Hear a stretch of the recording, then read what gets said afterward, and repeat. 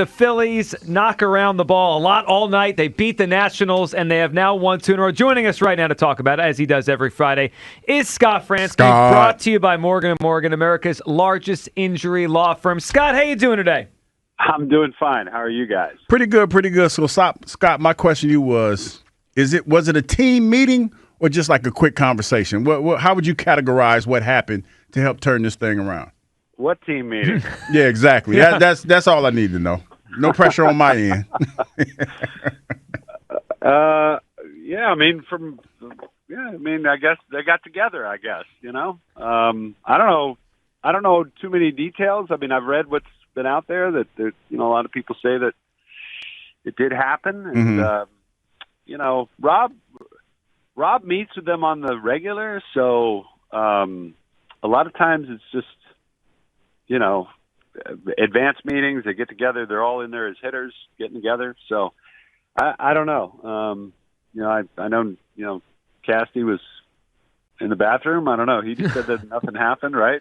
What was it he said? Yeah, he said he was on the potty. Yeah, I guess he was meeting? on the potty. Yeah. Hey, whatever it was, whatever it is. It was needed, and we're happy about it. Whatever it was, we're happy about it. I mean, we're happy with a couple of wins, and we're happy the team looks a little bit more like we expected them to look, right? So I think that's great, and it's 2 games. Let's see if they can keep it going. Well, that, of course. And now they have the Nats the rest of this weekend, a chance to keep it going. Scott, a lot to chew on from the last couple days, but one thing that stood out the last couple weeks, Scott, is the play of Johan Rojas. It's coincided with Brandon Marsh struggling. My boy Austin, Johan Rojas, I know, your boy. And Austin Hayes obviously on the IL, so it's given an opportunity here to Rojas. But it feels like he's running with it, Scott. He's hit 300 since the All-Star break. And he's putting the ball in play. And with his speed, I think about the ball he hit the other night into the hole at shortstop, and it turned the lineup over for Schwarber because he beat it out. That changed that entire game and that sequence of that inning. Scott, what do you notice with Rojas, who feels like he might be playing his way back into an everyday thing in center field? Well, he's done it 3 times that I know of. What you just mentioned, finding a way to turn the lineup over. I think twice it was a walk on the road trip, and the other night an infield hit. And each time it set up a big hit for Schwarber. Look at the numbers. I think whenever Johan scores a run, the Phillies have a winning percentage well north of 700, I think, at last check. It makes a big difference that he can get on and sort of table set, and like you say, turn the lineup over and give. Because usually what that means is that Schwarber's got a big spot to maybe produce something, and he's been doing it. So I think he's done a great job. I think they're probably still of a mind to he's going to play most days, right? He's going to play, 5 out of 7, 6 out of 7. If I'm reading the room right, I think that's the way it's going right now. But again, they're in the business of winning games, and if he struggles, they'll make adjustments. But obviously with the struggles of Brandon, we haven't seen a whole lot of Weston Wilson. I think after last night, we'll probably see more. But Johan's done a good job. He really has. And slow and steady progression, I think they have to be really happy with. Because I think if you look at his numbers now, right, remember when Q would say at the beginning of the year, if he hits 240 and he plays great defense, well, you got something. Well, look what he's doing. Baseball guy Hugh Douglas. Thank you, Scott, for giving me my flower. I appreciate that. Yeah, you should get flowers now and then. Every once in a while, we'll do Every that. Every now and then, I'll take them. Scott, the other guy that's done a good job, and we've discussed this last couple weeks, is Nick Castellanos, and we noticed now the move up the lineup. Now, a couple days ago, it was to 2 on the night they gave Trey a day off, but then, Scott, yesterday up to 5. It feels like Topper, since he took over, really likes the idea of separating the lefties, and I agree with him on this, especially for late-game situations. But if they don't have a lefty going, like Marsh or Stott, I'm good with Castellanos hitting 5, even though it sets up the back-to-back righties, behind Bohm there. What did you think of the move to 5 last night for Nick Castellanos?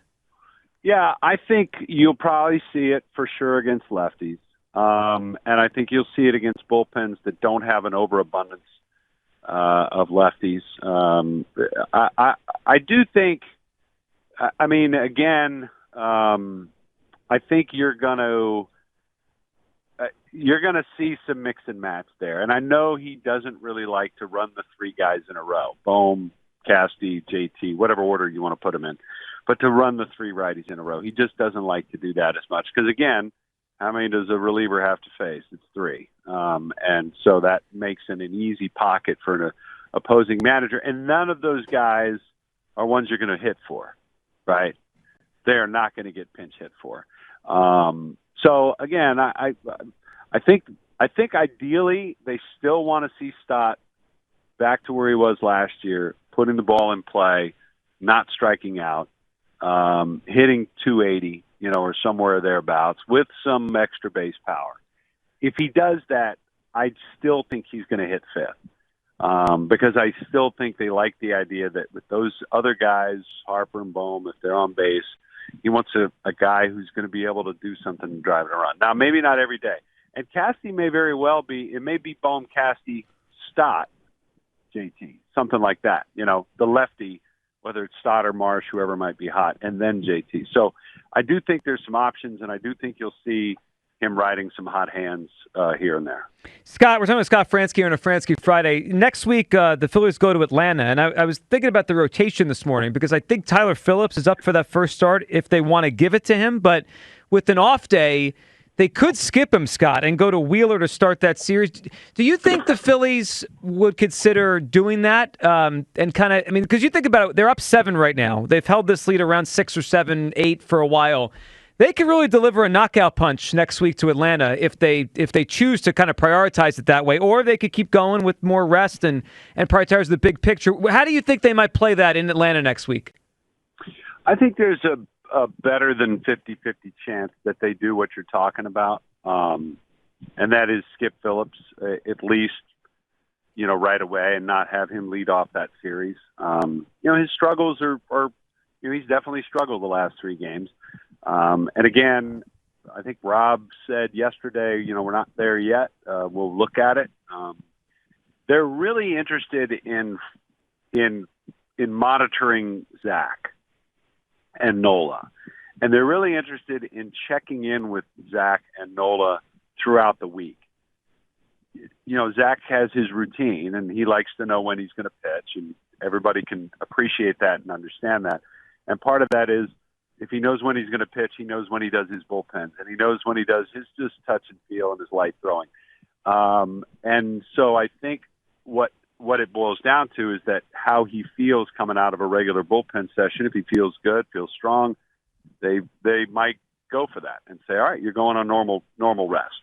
If he says, I'm feeling a little something here and there, whatever, which all pitchers do, especially this time of year, maybe they say, all right, we'll punt it a day and we'll keep it the way it is and let Phillips have the start. But I think their primary focus right now remains the health of the starting pitchers. Health of everybody. But, those guys are really, like Wheeler, Nola, Suarez, Sanchez, those 4 guys at the top of the rotation, their health is everything in terms of a playoff run.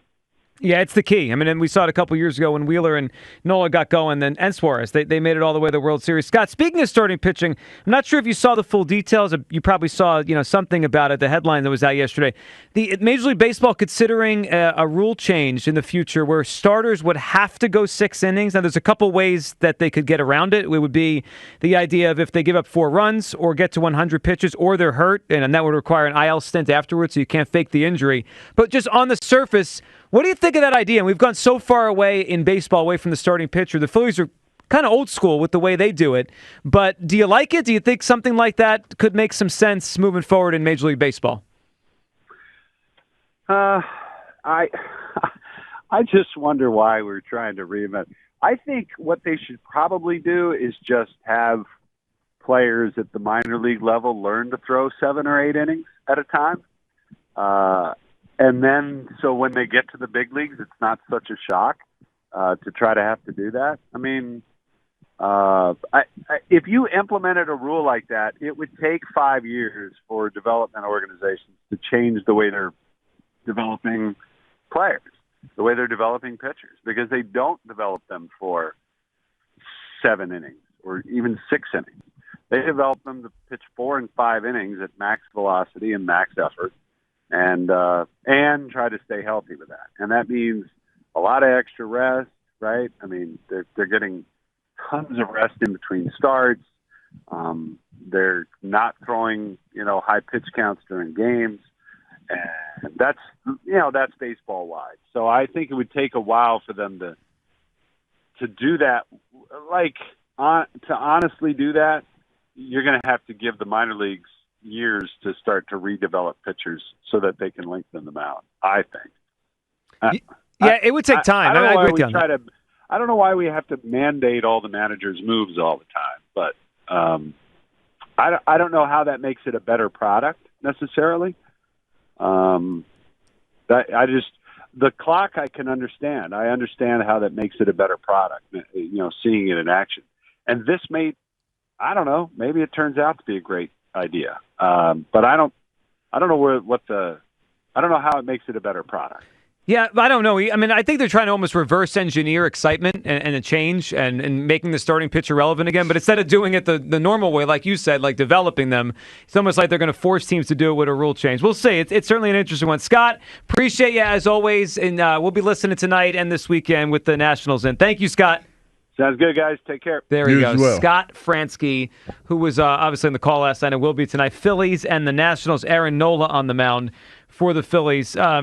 Hugh, the thing about the lineup at Castellanos, he said he thinks we'll see more of it, but it seemed like he thought that Rob Thompson still likes the lefty-righty thing. He does. So that means I think Stott's going to keep getting opportunities to bat fifth and Castellanos sixth. Because last night they had Castellanos 5, and he hit the home run right after boom. I just wonder how much Nick has to hit, because he's hit a lot for 2 months now to just move up that lineup. I think what has happened is that Topper's at a position right now where you're going to do what you feel is best for that evening. I think you have to.